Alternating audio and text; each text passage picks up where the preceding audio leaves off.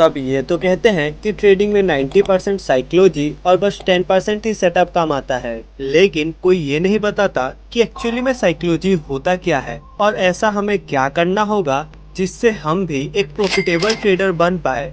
पहले मैं इस चीज को नहीं मानता था। पहले मैं सोचता था अगर मेरे पास कोई ऐसा स्ट्रेटेजी हो जिसका एक्यूरेसी 80% हो तो मैं बहुत इजीली प्रॉफिटेबल ट्रेडर बन सकता हूँ। लेकिन पहले मैं कितना गलत सोचता था वो मुझे अब जाकर पता चला।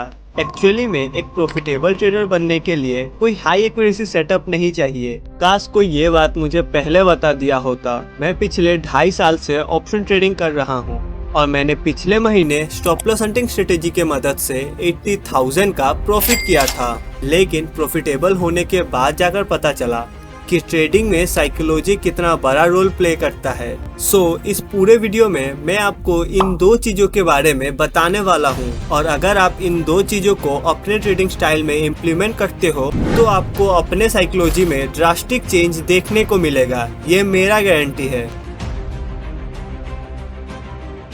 नहीं समझे? चलिए इसे मैं आपके लिए सिंपल कर देता हूँ। देखो, जैसा कि मैंने आपको स्टार्टिंग में बोला था, मैं स्टॉप लॉस हंटिंग स्ट्रेटेजी को फॉलो करता हूँ और आज से 6-7 महीने पहले भी मैं प्रॉफिट तो करता था, लेकिन अचानक साइकोलॉजी खराब हो जाता था और उस दिन बड़ा लॉस कर बैठता था। अब ऐसा नहीं था कि मैंने उसे रोकने का ट्राई नहीं किया था, लेकिन ना चाहते हुए भी हो जाता था। उस टाइम मुझे इतना तो समझ में आ गया था कि अगर मुझे प्रॉफिटेबल ट्रेडर बनना है तो कैसे भी करके इस चीज को रोकना होगा। और जैसे ही मैंने बड़े बड़े लॉस को लेना बंद कर दिया वैसे ही मेरा कैपिटल ग्रो होना शुरू हो गया। मोरल ऑफ द स्टोरी, सबसे पहले आपको ये पता करना है कि आप क्यों प्रॉफिटेबल नहीं हो पा रहे हो। अब वो लो एक्यूरेसी सेटअप हो सकता है, खराब रिस्क टू रिवॉर्ड हो सकता है, या फिर मेरी तरह बड़ा लॉस हो सकता है। अगर आपको अपने प्रॉब्लम के बारे में ही पता नहीं होगा तो आप कैसे उसे ठीक करोगे। देखो, ट्रेडिंग में प्रॉफिटेबल होना कोई लक नहीं है, ये एक प्योर कैलकुलेटेड मैथ्स है। अगर आपका एक्यूरेसी लो है तो आप अपने रिस्क टू रिवॉर्ड को बड़ा करो और अगर आपका रिस्क टू रिवॉर्ड छोटा है तो आप अपने एक्यूरेसी को बढ़ाओ।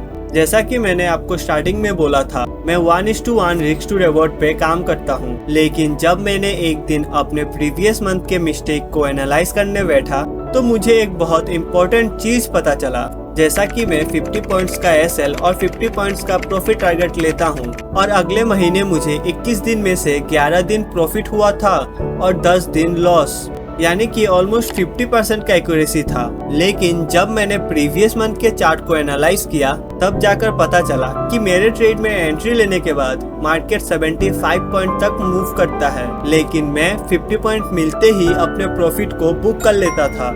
तो बस मैंने नेक्स्ट मंथ से ही अपने रिस्क टू रिवॉर्ड को 1:1 से हटाकर 1:1.5 कर दिया।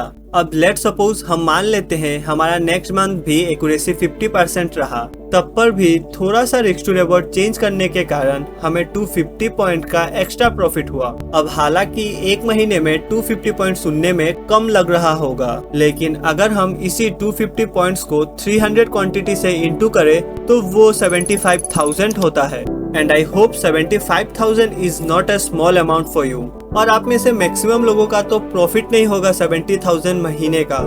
इसलिए मैंने आपको स्टार्टिंग में कहा था, ट्रेडिंग में प्रॉफिटेबल बनना पूरा कैलकुलेटेड मैथ्स है, कोई लक या कोइंसिडेंट नहीं। अब जैसा कि आपको पता है कि आप किस कारण प्रॉफिटेबल नहीं हो पा रहे हो, अब यहाँ पे आता है स्टेप 2। अब आपको फाइंड करना होगा कि आपको ऐसा क्या चेंजेस करना है अपने ट्रेडिंग स्टाइल में जिससे आप इस गलती को ठीक कर सको। अगर सिंपल वर्ड में समझाऊं तो आपको एक ट्रेडिंग रूल बनाना है।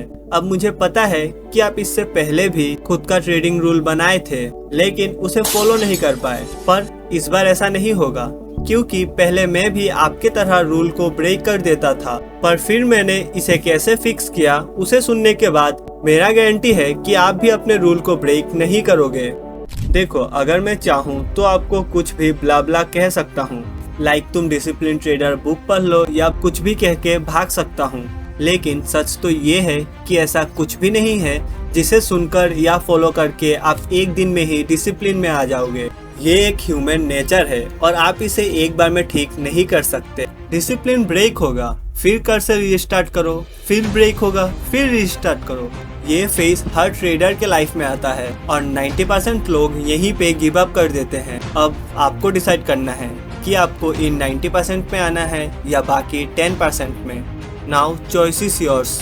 हाँ, मैं आपको एक एडवाइस देना चाहूँगा, आप मेडिटेशन स्टार्ट करो और ट्रेडिंग के साथ साथ अपने डे टू डे लाइफस्टाइल में भी डिसिप्लिन को लाओ, क्योंकि अगर आपका आउटर इन्वायरमेंट सही नहीं है तो आपका इनर इन्वायरमेंट कैसे सही होगा। मुझे पता है 60% लोग अभी तक इस वीडियो को छोड़कर जा चुके होंगे।